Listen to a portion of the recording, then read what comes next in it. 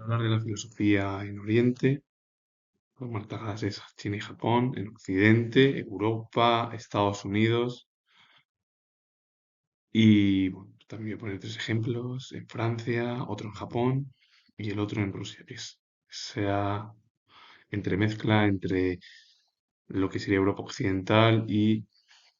la parte oriental europea, aunque bueno, Rusia es más, bueno, sí, es una entremezcla, según, bueno, no, según no, en torno al mapa. Luego ya tiene sus postulados políticos, dictatoriales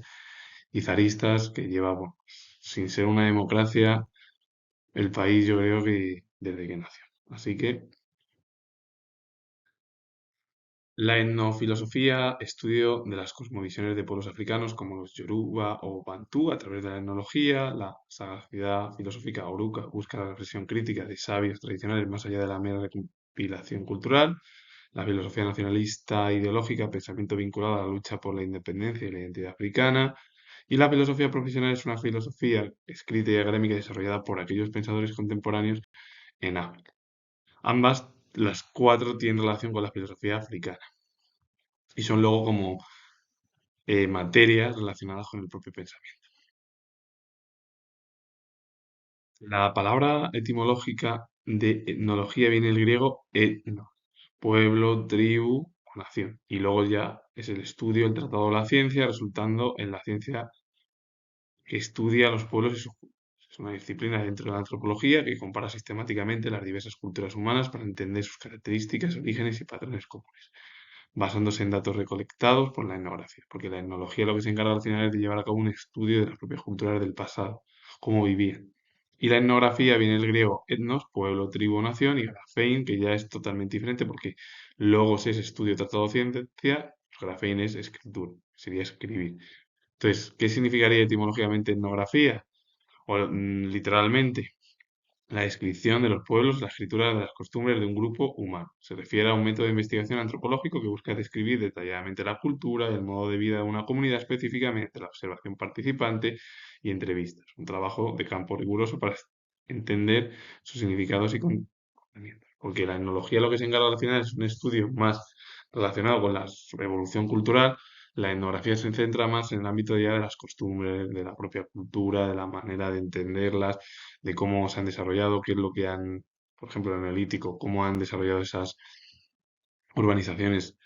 pues muy novedosas en aquel momento. Hoy en día, bueno, pues ya son muy rudimentarias o extra rudimentarias, porque claro, hoy en día ya la urbanización es mucho más compleja y se realiza a través de otros usos de materiales diferentes a los que se realizaron hace 10.000 años, por ejemplo. El término etimológicamente helenismo proviene del griego helenimos, se habla griego o ser griego, derivado de helas es Grecia, heleno y helenes es griego, bueno, pues un griego se le puede denominar o griego o heleno o ateniense, ateniense es la capital, pero es heleno, el país heleno o Grecia, y se utiliza para referirse a la difusión de la cultura y lenguas griegas tras Alejandro Magno, a giros propios del griego en otros idiomas como grecismos o el resurgimiento contemporáneo de la religión política griega. El término monoteísmo proviene del griego solo o único y teos es Dios, más el sufijo ismo ya es una doctrina o creencia, por lo que literalmente significaría monoteísmo la creencia en un solo Dios. Es la doctrina que postula la existencia de una única deidad suprema, en contraste con el politeísmo, creencia de muchos dioses. El monoteísmo es lo que se encuentra hoy en día, por ejemplo, en las religiones que aparecieron con Cristo en la Europa occidental, en el mundo occidental, y en otros también zonas de Oriente Medio. Por ejemplo, el término politeísmo es todo lo contrario al monoteísmo. Viene del griego antiguo, combinado polis, que es muchos, y teos es Dios, mono es uno, y teos, bueno, pues, entonces el sufijo, y luego lo del ismo es igual, doctrina o creencia. Entonces, ¿qué significaría literalmente, etimológicamente, el término politeísmo? Pues resultando la creencia de muchos dioses. Se refiere a la adoración o creencia en una multiplicidad de dioses y diosas a menudo organizados en panteones, como el hinduismo, la religión sobre todo en el ámbito oriental, o las antiguas religiones politeístas de Grecia y Roma, en contraste con el monoteísmo, que es el que adora a un único dios. La filosofía oriental es un vasto conjunto de tradiciones en Asia, India, China, Japón o Corea, que se enfoca en la iluminación, el autoconocimiento y la armonía con el universo, a menudo fusionando la sabiduría, la religión y la práctica vital, a diferencia de la separación occidental entre ciencia y espiritualidad.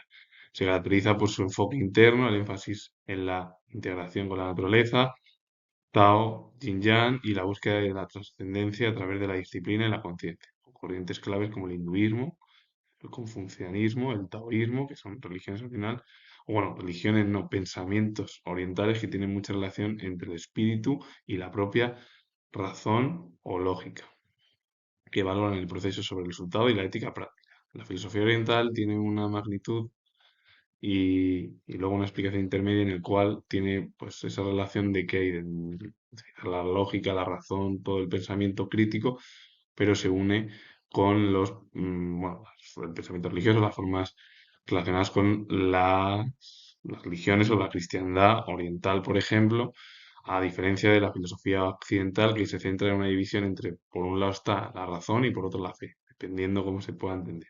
La filosofía africana es una rica tradición de pensamiento que explora la existencia, el conocimiento y la moral desde unas perspectivas africanas, destacando como Ubuntu, que es humanidad compartida, y enfocándose en la comunidad, la interconexión y la fuerza vital, a menudo transitada oralmente y reflejada en la etnofilosofía, la sabiduría popular, lo que he definido en la segunda diapositiva, y la filosofía profesional moderna, que debate su naturaleza occidental y su rica historia desde el comienzo de la antigüedad, es decir, el antiguo Egipto, hasta la actualidad. Y África tiene mucha relación más con ese espíritu cercano a la filosofía de Oriente, más que a la occidental. Y eso que África lo que intenta llevar a cabo estructuras occidentales. Pero su pensamiento en África es más cercano a la cultura, a la filosofía, en general, a lo que sería el ámbito oriental. Kitaro Nishida fue filósofo japonés, considerado usualmente el precursor de la escuela de Kioto, la había definido ahora, estudió filosofía en la Universidad de Tokio y se graduó en 1894. Primeramente fue profesor de alemán en un instituto secundario en la prefectura de Ishikawa. Más tarde se convirtió en profesor en la Universidad de Kioto. Y la obra es Pensar desde la nada, ensayo de filosofía oriental. Un hombre que prácticamente dejó su huella en el ámbito del pensamiento occidental y oriental. En la escuela de Kioto es lo que llevaron o intentaron llevar a cabo en el ámbito nipón, que fue entremezclar o llevar a cabo una unión entre la filosofía occidental, el idealismo, el neocantismo, el pensamiento de Kant, con el pensamiento budista liderado por el propio filósofo que he nombrado, Kitaro Nishida, que aparte de ser filósofo, pues fue docente primero en secundaria y luego ya, bueno, se convirtió ya en profesor en universitario. Vladimir Soliviev fue filósofo, poeta, escritor, crítico literario y teólogo ruso. Una de las obras es Tres conversiones y el breve relato sobre el anticristo, de 1900. Un hombre que unió filosofía y literatura y aparte también religión como teólogo. La filosofía japonesa es un enfoque holístico que busca la armonía, la sabiduría, la práctica y la conexión con la naturaleza, arraigada en tradiciones como el Zen, el Bushido y el Sintoísmo, e influenciada por el pensamiento chino. Promueve conceptos como el Wabi-Sabi, que es belleza en la imperfección, y Mono no Aware, sensibilidad ante lo efímero, para encontrar la serenidad, mientras que filosofías modernas como Ikigai es razón de ser y Kaizen es mejora continua. Ofrecen guías para una vida plena y con propósito. En realidad la filosofía japonesa como la china, lo que, bueno, sobre todo la filosofía japonesa, lo que tiene llevado a cabo en su propio ideario, pensamiento es una tradición de las tradiciones, valga la redundancia, las tradiciones religiosas con el pensamiento crítico japonés. Y luego tiene la filosofía japonesa mucha influencia por parte de la filosofía china, que era la precursora de ese pensamiento relacionado entre el pensamiento crítico, la razón y y la religión. La filosofía china es un vasto sistema de pensamiento milenario centrado en la armonía, la ética y la vida práctica, destacando escuela como el confucianismo. De Confucio, que es lo que lleva a cabo el confucianismo, es en la moral, la piedad filial, el orden social con Confucio y el taoísmo, vivir en armonía con Tao la vida, de Lao Tse, que están ahí los dos filósofos más destacados de China en la antigüedad. Se caracteriza por ver al ser humano como parte de la naturaleza, enfocándose en guías morales y desarrollarse durante el periodo de las ciencias escuelas.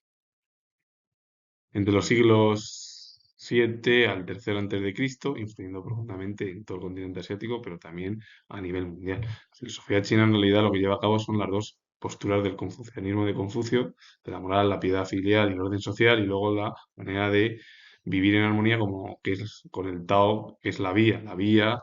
es, como hablaba Lao Tse, que es esa manera de entender al ser humano con la naturaleza, es decir, conectar al ser humano con el ámbito natural a través del pensamiento religioso. Totalmente opuesto es la filosofía occidental. La filosofía occidental o es continental, que se lleva a cabo el idealismo como en todo el continente, por cierto, en España tiene muy mayor influencia, y luego ya está la analítica, que es la anglosajona. Pero esto no quiere decir que haya filósofos, bueno, hay filósofos y filósofos que tienen una opinión dependiendo de su filosofía. Pero normalmente la filosofía continental es más idealista, más precursora de ese idealismo relacionado de Hegel, que la filosofía anglosajona, que está más relacionada con el ámbito del empirismo. La filosofía occidental es la tradición de pensamiento que se originó en la antigua Grecia y luego en la antigua Roma, en el siglo VI antes de Cristo, y se desarrolló pues, a partir de ahí en Roma, luego ya comenzó en Europa y en América, buscando comprender la existencia, el conocimiento, la ética y la realidad a través de la razón, la lógica y el debate, separándose de explicaciones místicas o religiosas y sentando las bases para la ciencia, la política, la moral moderna, con figuras muy importantes y además claves en el nacimiento del propio pensamiento y de la filosofía, como fueron Sócrates, Platón y Aristóteles. Profesores, alumnos, todos han sido, y al final ellos tres fueron los principales precursores de lo que es el conocimiento occidental, de la filosofía, de la historia, del arte, que comenzó ahí, en la cuna occidental, en Grecia, y pues, Roma imitó lo mismo que Grecia, y a partir de ahí, bueno, todo quedó en la división occidental y ese pensamiento greco-romano, greco-latino. Y luego, ¿cuáles son los periodos que comenzaron? Desde la Edad Antigua, con filósofos como he nombrado, Edad Media, teólogos, Agustín de Hipona, Tomás de Aquino y otros tantos. Averroes en la península ibérica, con el Al-Ándalus, por ejemplo. La Edad Moderna ya es el humanismo, el conocimiento, todo lo de Descartes, Hume, Locke, Spinoza, Leibniz, Berkeley, eh, Francis Bacon, no el pintor, que es del siglo XX, no confundir con el pintor porque es el filósofo, y otros tantos. Y la edad contemporánea ya sería pues Heidegger, Kierkegaard, Sartre, Simone de Beauvoir, eh, por ejemplo, también sería Marx, bueno, Hegel es la transición, y Kant en el ámbito de la edad moderna. A partir de ahí, lo que intenta llevar a cabo es la filosofía occidental, es su constante diálogo entre la fe y la razón, y el ser humano y el universo. Son preguntas que siempre se ha hecho la filosofía, de dónde viene el ser humano, si de alguna deidad o del universo, a partir de ahí se crea. Y la filosofía europea es la tradición del pensamiento crítico originada en Europa desde la antigua Grecia hasta hoy, o hasta la actualidad, centrada en preguntas sobre la existencia, la moralidad, el conocimiento, y que ha influido enormemente en la cultura occidental, la política y la ciencia, destacando su división entre la filosofía continental, que es la que destaca en Europa continental, porque es la fenomenología con Husserl, el existencialismo de Sartre, Heidegger, Schopenhauer, Nietzsche, bueno, todo ello, y la analítica, que es el ámbito anglosajón, que es la empirista. Ahí está Bertrand Russell y otros tantos filósofos, por ejemplo, como el empirismo de la edad moderna, y su búsqueda constante de la razón y de la identidad, con pensadores clave como los griegos presocráticos, estamos hablando ahí de Tales de Mileto, Heráclito, por ejemplo, Parménides, Platón, todos. A partir de ahí ha dado una evolución desde toda la estructura y crítica y reflexión filosófica desde la antigüedad hasta la edad contemporánea, y hoy en día también en la actualidad hay una mayor repercusión por parte de la filosofía y del ámbito de las ciencias sociales, la historia y el arte, que es importante. Es verdad que no funciona mucho porque ser historiador, ser filósofo, ser artista hoy en día en el siglo XXI es muy complejo, pero bueno, se puede ir poco a poco cambiando. El autoconocimiento es el proceso de entenderse uno mismo profundamente, incluyendo emociones, pensamientos, fortalezas, debilidades, valores y patrones de comportamiento, siendo fundamental para el bienestar, el desarrollo personal, la gestión emocional y la mejora de las relaciones interpersonales. Es la base de la inteligencia emocional y permite vivir de forma más auténtica y efectiva, ayudando a tomar decisiones alienadas con uno mismo y alcanzar metas personales. Porque el autoconocimiento es conocerse a uno mismo con el objetivo de llevar a cabo una serie de metas y sentirse lo más feliz posible, primero personalmente, individualmente y luego colectivamente. Porque como no nos sintamos bien, al final esto pasa sobre todo en las relaciones de amistad, pasa menos, pero sobre todo donde mayor frecuencia hay es en las relaciones de pareja, nada más que discusiones, críticas, todo. Y al final la gente pues acaba un poco también cansada y harta de esa manera. Pero claro, el autoconocimiento primero hay que conocerse a uno mismo. Si no te conoces a ti mismo es imposible que los demás te conozcan. Y etimológicamente el término autoconocimiento se forma de auto, del griego que es autos por sí mismo, y el conocimiento del latín que es conocer, es saber o percibir. Y el significado literal de autoconocimiento es la acción de conocerse a sí mismo, un concepto central en la filosofía griega, especialmente popularizado por Sócrates con el aforismo que dijo él: conócete a ti mismo. God ti se autor. Inscrito en el templo de Delfos. Hay que hacer caso a los filósofos. Hay que conocerse a uno mismo para luego conocer al resto y al resto de los problemas. Un aforismo es una sentencia breve y profunda que condensa una verdad máxima o regla doctrinal en una ciencia, arte o reflexión moral, diseñada para ser fácil de recordar e invitar a la meditación, a menudo expresando ideas complejas de forma concisa y contundente. Las principales em, figuras o dentro de la filosofía fueron Nietzsche, que está en la diapositiva, o Baltasar Gracián, escritor jesuita español, no tan conocido, pero muy importante en la edad moderna y sobre todo en el siglo XVII, de la literatura española y también de la historia. El término aforismo viene del latín aforismus, que a su vez deriva del griego aforimos, definición, separación o delimitación. Originalmente se usó para las reglas médicas de Hipócrates, pero evolucionó para describir una sentencia breve y profunda que resume la verdad o principio esencial en diversas ciencias o artes, funcionando como una máxima doctrinal que invita a la reflexión. Eso es el aforismo, es reflexionar, reflexionar, reflexionar y llevar a cabo una explicación lo más concisa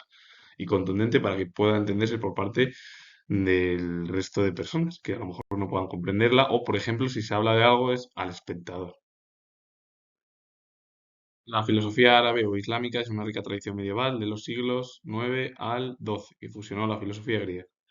el pensamiento aristotélico y el platonismo, es decir, el aristotelismo y el neoplatonismo, con el pensamiento islámico desarrollada en lengua árabe por pensadores musulmanes, judíos, cristianos y crucial para la transmisión del saber a Europa medieval. Y destacaron figuras como Avicena, Al-Farari, Averroes. Averroes fue filósofo andalusí, es decir, bueno, estuvo en la península y fue filósofo español, punto.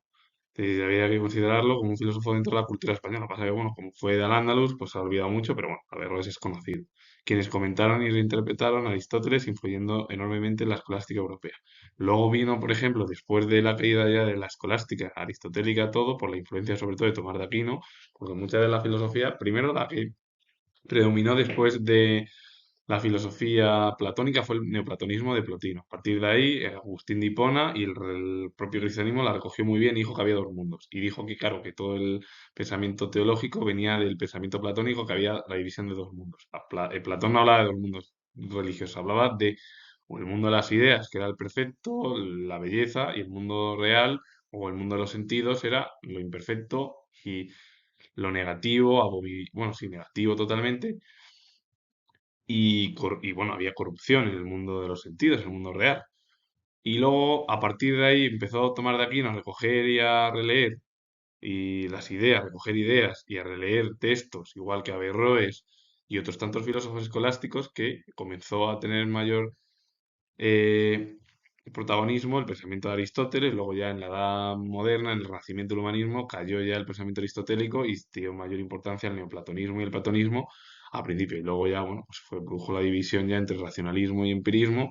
y como Aristóteles era empirista y el pensamiento de Platón era racionalista, pues se quedó hoy en día así, en el término filosófico. La filosofía rusa es una corriente rica y diversa, nacida de la cultura y ortodoxia oriental, que busca sintetizar fe y razón, explorando temas existenciales y espirituales, con figuras como Soloviev, que ha hablado, filósofo teólogo ruso, Berdaniev, Dostoyevsky y Tolstoy, destacando el siglo de plata entre finales del siglo XIX y principios del siglo XX, como un renacimiento metafísico y teológico frente al racionalismo occidental, antes ya de marcar el marxismo-leninismo de la era soviética, que fue, pues eso, el pensamiento comunista. Punto. La filosofía cristiana es el pensamiento filosófico desarrollado por pensadores cristianos que busca integrar la razón con la fe, utilizando la filosofía para comprender y profundizar en las verdades reveladas por el cristianismo sin subordinar la razón, destacando conceptos como la creación, la persona humana, la libertad y la verdad divina, y las principales figuras destacadas dentro del pensamiento cristiano en el mundo occidental fueron Agustín de Hipona y Tomás de Aquino, dos personajes, bueno, dos intelectuales, mejor dicho, referentes de la filosofía medieval y de la teología en la cultura occidental. Y luego ya hubo pensadores modernos explorando la relación entre la revelación fe y la especulación racional razón a lo largo de la historia. Y a partir de ahí, bueno, pues prácticamente muchos de los pensadores llevaron a cabo pues, estructuras de entender la razón, la fe. Es verdad que bueno, Aristóteles y Platón llevaron a cabo ese pensamiento también con el universo, pero en otras deidades diferentes de la antigua Grecia. El problema es que luego Agustín de Hipona llevó a cabo que, claro, si él razonaba que existía Dios, ya valía. Para tomar de aquí no valía, tenía que razonar si había una deidad o un ser superior y entender por qué podía estar cercano a a ese ser superior. Por ejemplo, Tomás de Aquino. La filosofía judía es un sistema de pensamiento que interpreta la tradición religiosa del judaísmo, Torá, Halajá, a través de la razón, buscando conciliar la fe y la ley judía con la filosofía universal, abordando temas pues, de Dios, el alma, la creación y la revelación divina, y abarcando desde los antecedentes bíblicos y helenísticos, como habló Filón, hasta la época medieval de Maimónides y moderna, extendiéndose a pensadores judíos seculares. La filosofía espiritual es un campo de pensamiento que investiga la naturaleza del alma y la existencia, buscando la unidad con lo trascendente, a menudo contrastado con el materialismo y enfocándose en la experiencia interior y la formación personal. Más allá de las doctrinas religiosas específicas, aunque se relacionan con tradiciones como el idealismo, Vendata, que exploran la vacuidad y la naturaleza del alma, y el estoicismo, veían la filosofía como un entretenimiento para la vida, una práctica espiritual para transformar el ser. Se centra en la sabiduría práctica y la vida interior, buscando el sentido de la vida, la conexión con el yo profundo y una visión más amplia del universo. A partir de ahí se entiende incluso que la filosofía espiritual no tiene nada que ver con el ámbito de la religión, sino que es solo con algunas cosas centradas también con el ámbito propio del pensamiento religioso. El término trascendentalismo, corriente filosófica, viene en latín trascendere, ir más allá, superar, refiriéndose a lo que está por encima de los límites de la experiencia sensible, y el estoicismo es una doctrina del movimiento. Es decir, trascendentalismo es, etimológicamente sería ir más allá de las cosas, de lo que se ve a través del mundo sensible. Se, bueno, se llevó a cabo por un movimiento filosófico estadounidense durante el siglo XIX. Emerson fue el principal destacado, poeta, filósofo, y usó este término para describir una creencia en la unidad esencial de todo y la bondad innata del ser humano, enfatizando la intuición individual para acceder a verdades espirituales más allá de la lógica y la experiencia empírica. El propio término trascendentalismo es una corriente filosófica que lo que te lleva a cabo es que no hay que centrarse solo en el ámbito de la lógica ni la experiencia empírica de lo que se ve a través de los sentidos, sino que hay cosas incluso en nuestra mente que pueden estar relacionadas con ese pensamiento y se pueden no palpar ni existen, sino que las puedes tener tú en tu propia mente. Es decir, son ideas, como hablaba Platón. Lo que pasa es que el problema es que, claro, hoy en día ya se lleva a cabo si hay algo que es ideas ya, que no se ven ya, nada.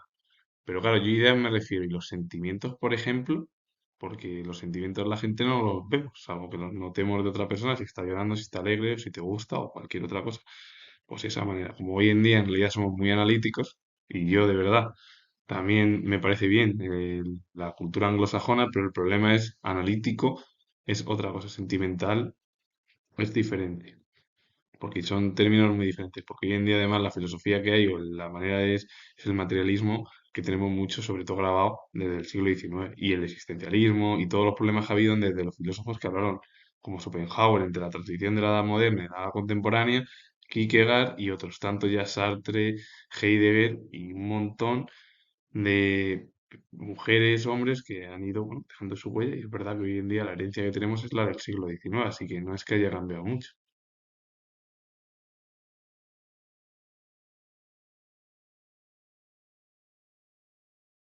El término pragmatismo deriva del griego pragma, que es acción, hecho o asunto y negocio, y se relaciona con el verbo griego prasein, hacer, y el sufijo ismo, doctrina, actividad. En esencia, el pragmatismo se centra en la utilidad y los resultados prácticos de las ideas, vinculando al pensamiento con la acción y la experiencia concreta. Eso sería el pragmatismo, es explicar las cosas tal y como se ven a través del mundo de los sentidos. Punto, sería ese término. La filosofía estadounidense es un pensamiento surgido de sus demandas democráticas y religiosas, marcada por movimientos originales como el pragmatismo, Peirce, James y John Dewey, y el trascendentalismo de Emerson, Thoreau, que enfatiza la experiencia, la acción y la individualidad, conectando con las raíces puritanas y la necesidad de la ética para una sociedad en expansión, evolucionando hacia debates contemporáneos sobre derechos, justicia y la identidad de una filosofía americana auténtica, aunque la filosofía americana o estadounidense, como el resto de países de América, han tenido influencia europea. Por un lado, anglosajona, el norte, el centro, mucho bueno, filosofía española, que es continental, francesa, neerlandesa, ha habido de todo. Jamaica, por ejemplo, se habla inglés, entonces es tradición británica. Lo que pasa es que, claro, lo que intentaron llevar a cabo la filosofía estadounidense es yo recojo las ideas europeas, pero me las hago a mí mismo, con el objetivo de llevar a cabo un pensamiento muy parecido al europeo dentro de la filosofía occidental, sin intentar imitar como hicieron los. No, que igualmente también es una imitación la filosofía de América con la europea. La filosofía americana es un campo diverso, como pasa con la europea y otras, que incluye el pragmatismo y el trascendentalismo en Estados Unidos y corrientes como la filosofía de la liberación y la filosofía sin más de Leopoldo C. en Iberoamérica, que debate la originalidad del pensamiento propio frente a la herencia europea, buscando una voz auténtica que responda frente a la herencia europea, buscando una voz auténtica que responda a las realidades eh, de la región y promueva la emancipación humana. Se caracteriza por su conexión con la democracia, la búsqueda de identidad, la reflexión sobre la condición histórica y poscolonial, a menudo contrastando la universalidad abstracta con la universidad concreta que exige la lucha de clases. La filosofía americana, la filosofía estadounidense, todo el conjunto lo que intenta llevar a cabo así. Yo intento imitar a la filosofía europea occidental, pero si puede ser, por favor, no quiero ser igual que ella porque yo quiero llevar a cabo mis propios planteamientos en el ámbito de la cultura, ya sea de la historia, de la filosofía o del arte. Y a partir de ahí, cada uno, por ejemplo, George Santayana fue un principal filósofo, destacado también crítico en el idealismo o la filosofía sin más de el filósofo Leopoldo Cea. Y a partir de ahí, pues con ello finalizo y si os gusta este vídeo relacionado con conceptos y varios ejemplos, darle a like, suscribiros, comentar, repito de nuevo que soy historiador y nos vemos en el próximo vídeo. Charles Seignobux fue historiador francés, se especializó en la Tercera República Francesa y aparte también fue miembro de la Liga de los Derechos del Hombre. ¿Y qué es la Liga de los Derechos del Hombre? Que se refiere principalmente a esa Liga Española pro Derechos Humanos, que fue una ONG, una histórica ONG española fundada en 1913 para defender libertades fundamentales. Miembros ilustres estuvieron por Azaña, Federico García Lorca, hoy que está activa en la actualidad con estatus consultivo en la ONU